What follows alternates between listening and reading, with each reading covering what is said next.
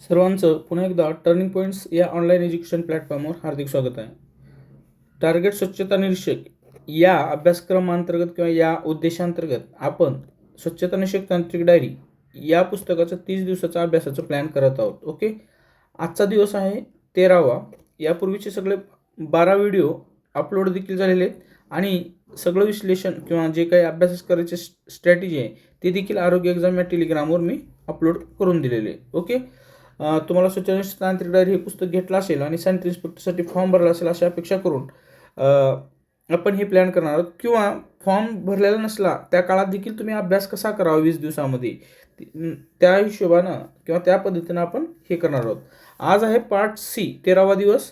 Part C मधील प्रकरण एकच करायचे आपल्याला, पर्यावरणीय स्वच्छता. ओके, पेज क्रमांक 528 ते 570 असे फक्त 40 पेजेसचा आज अभ्यास दिलेला आहे. आणि विशेष म्हणजे ही जी पर्यावरणावर आहे, पर्यावरण जो टॉपिक आहे तो SIच्या परीक्षेला आवडीचा टॉपिक दिसतो. कारण प्रत्येक प्रश्नपत्रिकेमध्ये पर्यावरणावर कमीत कमी तांत्रिकमध्ये 4 ते 5 प्रश्न मला आढळून आलेले आहेत. मग याच दृष्टीनं विचार करता तुम्ही आहे ना एकदम जास्त पेजेस वाचायच्यापेक्षा क्वांटिटीपेक्षा क्वालिटी म्हणजे हे जे आहे अभ्यासामध्ये ह्याचा जर तो वापरला तर तुम्हाला एक पुस्तक भरपूर वेळेस वाचल्यामुळं खूप फायदा होईल. म्हणूनच ह्याला 3 पद्धतीनं वाचायचे. स्टेप 1, सर्वप्रथम पूर्ण पेजेस वाचून घ्यायचे. त्यानंतर संपल्यानंतर परत पहिल्या त्या प्रकरणाच्या पहिल्या पानावर यायचे. त्यामुळे प्रत्येक ओळीला वाचत असताना वाचल्यानंतर तुम्हाला त्याला प्रश्न बनवायचे. जसं तुम्ही वाचले की भारताची राजधानी दिल्ली आहे. ओके, भारताची राजधानी दिल्ली आहे. तुम्ही त्याला बनवा की भारताची राजधानी कोणती आहे, म्हणजे असं तुम्हाला त्या प्रकरणी वाचायचं आहे. ओके, आणि नंतर पुन्हा एकदा झाल्यानंतर परत एकदा तुम्ही ज्या ज्या नोट्सला अंडरलाईन करता त्या ठिकाणी यायचं आहे आणि रिवाईज फक्त 15 ते 20 मिनिटामध्ये ते करायचे आहे. ओके, ही स्ट्रॅटेजी आपल्याला वापरायची आहे. सदर प्रकरण हे स्वच्छता निरीक्षक आवडीचा टॉपिक ही सांगितलं मी, माहिती पण दिलेली आहे. ओके, स्वच्छता निरीक्षक तांत्रिक डायरी हे तुम्ही वाचला असेल पुस्तक किंवा घेतलं असेल अशी अपेक्षा ठरवतो. अभ्यासक्रमानुसार 101% मी बनवलेलं आहे. त्यानंतर सॅनिटरी इन्स्पेक्टर कोर्स तुम्ही दुसरीकडेही जॉईन करत असाल, यात काही डाऊट नाही, करू शकता किंवा न करू शकता, तो निर्णय तुमचा. बघा, तुम्हाला कंटेंट क्वालिटी, त्यानंतर पुस्तकाचे देखील नोट्स जे प्रिंट काढता येणार नाही, डाउनलोड करता येणार नाही, परंतु कुठेही वाचता येईल, प्रिव्हियस इयर क्वेश्चन्स पेपर अशा अपलोड करून दिलेलं आहे आणि घटकनीय जे आहेत टेस्ट देखील दिलेलं आहे. आता अभ्यासक्रमानुसार टेस्ट देखील बनवण्याचा प्रयत्न आहे, परंतु वेळेअभावी ते झालेलं नाही, परंतु देण्याचा प्रयत्न करेल. ओके, पण सध्या ज्या गोष्टी आहेत ते लक्षात घ्या. व्हिडिओ, त्यानंतर हे सगळ्या गोष्टी. आता आपण पाहणार आहोत पर्यावरण. यामध्ये पर्यावरणीय स्वच्छतामध्ये नेमकं काय वाचायचे हे देखील तुम्हाला सॅम्पल कॉपीमार्फत दिसून येईल. ही आहे स्वच्छता निरीक्षक तांत्रिक डायरी याची सॅम्पल कॉपी. ओके, बघू शकता तुम्ही, आकर्षक पेज. ओके, आणि आकर्षक मांडणी या पुस्तकामध्ये आहे. पुस्तकाची किंमत 550 असली तरी प्राईस तुम्हाला बुक स्टॉलवर योग्य ते डिस्काउंट मिळेल. बघा, ह्या सगळ्या गोष्टीचं मी विश्लेषण व्यवस्थितरित्या केलेलं आहे. इंडेक्सही बघू शकता, अभ्यासक्रमानुसार सगळं ॲड केलेलं आहे आणि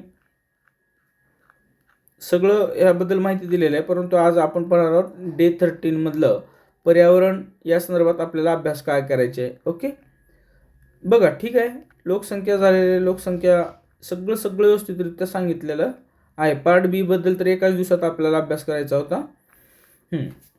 पर्यावरणीय स्वच्छता, पर्यावरणाचे प्रकार.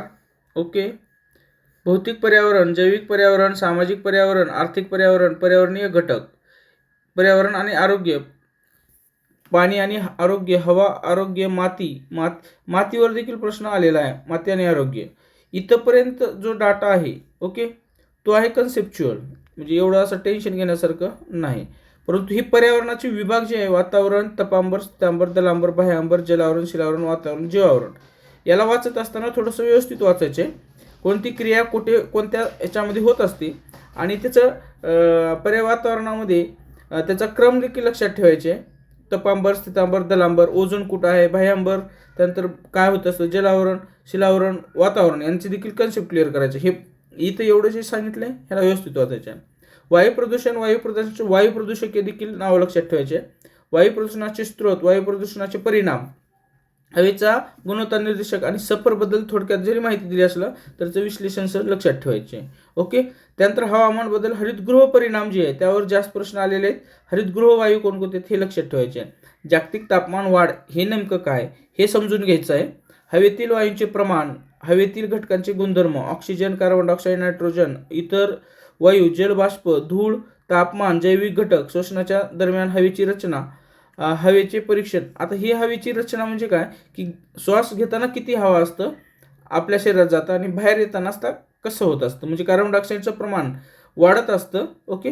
आणि ऑक्सिजनचं प्रमाण कमी होत असतं बाहेर ज्यावेळेस आपण उश्वास करतो. हे झालं. त्यानंतर वायू प्रदूषके तुम्हाला एकदा सांगतो. वायू प्रदूषक खूप चांगल्या प्रकारे समजून घ्या जेवढं काही मी दिलेलं आहे तेवढं.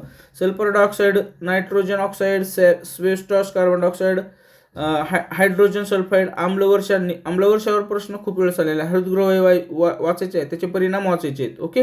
हरितगृह वायू कोणकोणते हे सगळं दिलेलं आहे. CO2, methane, CFC, nitrous oxide, ozone, HFC, पाण्याची वाफ. CFCवर प्रश्न आहे, HFCवर प्रश्न आहे, ओझोनवर प्रश्न आहे, नायट्रस ऑक्साईडवर प्रश्न आलेला आहे, कार्बन डायऑक्साईडवर आलेला आहे, मिथेनवर आलेला आहे. ओके. एवढ्या ह्याच्यावर आलेलं आहे. स्टॉकहोमवर देखील आले, स्टॉकहोम परिषद. त्यानंतर ह्याच्यामध्ये जी संघटना दिलेल्या आहेत ना त्या सगळ्या संघटनावर IUCNवर प्रश्न आहे, IPCCवर प्रश्न आहे. आता ही फक्त सँट्री इन्स्पेक्टरलाच आहे असं म्हणत नाही. त्यात आपण सर्व सेवेच्या दृष्टीने विचार करता कुठं आले का हो आलेला आहे. वसुंधरा परिषदेवर प्रश्न आहे, कोटो प्रोटोकॉलवर परीक्षेत प्रश्न आहे. कोटो प्रोटोकॉल नेमकं काय कशा संदर्भात आहे हे समजून घ्यायचे. बाली परिषद, कोपनहेगन परिषद, कॅनकून परिषद एवढे सर्व परिणामाच्या संदर्भात असलेले सगळे टॉपिक दिलेले आहे. त्यानंतर याच्यामध्ये म्हणा शाश्वत विकासाची ध्येय, शाश्वत विकास जे आहेत SDG सस्टेनेबल डेव्हलपमेंट गोल हे तुम्हाला पाठ करायचे आहे. सगळ्यात या प्रकरणामध्ये अवघड कोणता आहे किंवा कुठला शाश्वत विकास कशा संदर्भात आहे हे लक्षात ठेवण्यासाठी शाश्वत विकासाचा चार्ट दिलेला आहे किंवा छोटा 2 पेजचं प्रकरण दिलेलं आहे ते तुम्हाला वाचायचं आहे. एवढंच डिफिकल्ट हा एक पार्ट आहे. त्यानंतर जलपुरुष डॉक्टर राजेंद्र सिंह याच्याबद्दल थोडक्यात माहिती लक्षात आहे. दिनविशेष संदर्भात जागतिक पाणी दिवस. त्यानंतर सर्व पर्यावरणाच्या संदर्भात असलेले दिनविशेष तुम्हाला पाठ करायचे आहे. जर याच्यामध्ये जरी नसलं किंवा असलं मला आठवत नाही, परंतु याच्यात जर नसेल तर ॲक्च्युली मी ते सगळं देईलच, काही काळजी करू नका. सँट्री इन्स्पेक्टरच्या कोर्समध्ये ॲड करून देतो आणि PYQ सह आणि MCQ सह. ओके. त्यानंतर राष्ट्रीय पाणी धोरण समजून घ्यायचे आहे. ही ब्लिचिंग पावडरवर प्रश्न आहे, मृदा प्रदूषणावर प्रश्न आहे, शाश्वत विकास ध्येय हे सगळ्यात बेस्ट महत्त्वाचं टॉपिक आहे, अवघड टॉपिक आहे, लक्षात नाही राहणार. ओके. त्यानंतर हे जे वर्ष दिलेलं आहे ना यावर प्रश्न दिलेला आहे. हवा प्रदूषण प्रतिबंध नियंत्रण कायदा कोणत्या वर्षाचा आहे, महाराष्ट्र प्रदूषण नियंत्रण मंडळ, त्यानंतर केंद्रीय प्रदूषण नियंत्रण मंडळ याची रचना समजून घ्या. पर्यावरण संरक्षण अधिनियम 1986 यावर प्रश्न आलेला आहे, वर्ष लक्षात ठेवायचे. जैविक कचऱ्याचे व्यवस्थापन वातावरण नियम वर्ष लक्षात ठेवायचे. घनकचरा व्यवस्थापन कायदा वर्ष लक्षात ठेवायचे. सार्वजनिक दायित्व विमा कायदा वर्ष लक्षात ठेवायचे. बांधकाम आणि तोडकाम कचरा व्यवस्थापन नियम ह्याचं वर्ष अपडेट होत असतं, एवढं लक्षात तुम्हाला ठेवायचं आहे. CRZ म्हणजे काय हे किनारपट्टी नियमन क्षेत्र अधिसूचनामध्ये समजून जाईल. ओके. तुम्हाला वाचायचं काय हे तुम्हाला सांगितलेलं आहे. जर तुम्हाला काही शंका असेल तर हे बघा, हा संपर्क क्रमांक आहे, व्हॉट्सअप तुम्ही त्यावर करू शकता किंवा तुमचं नाव वगैरे पाठवून द्या. करंट अफेअर्स देखील आपण तिथं फ्रीमध्ये देत आहोत. ओके. व्हिडिओ आला तर नक्की शेअर करा, सबस्क्राईब करा. Thanks for watching this video.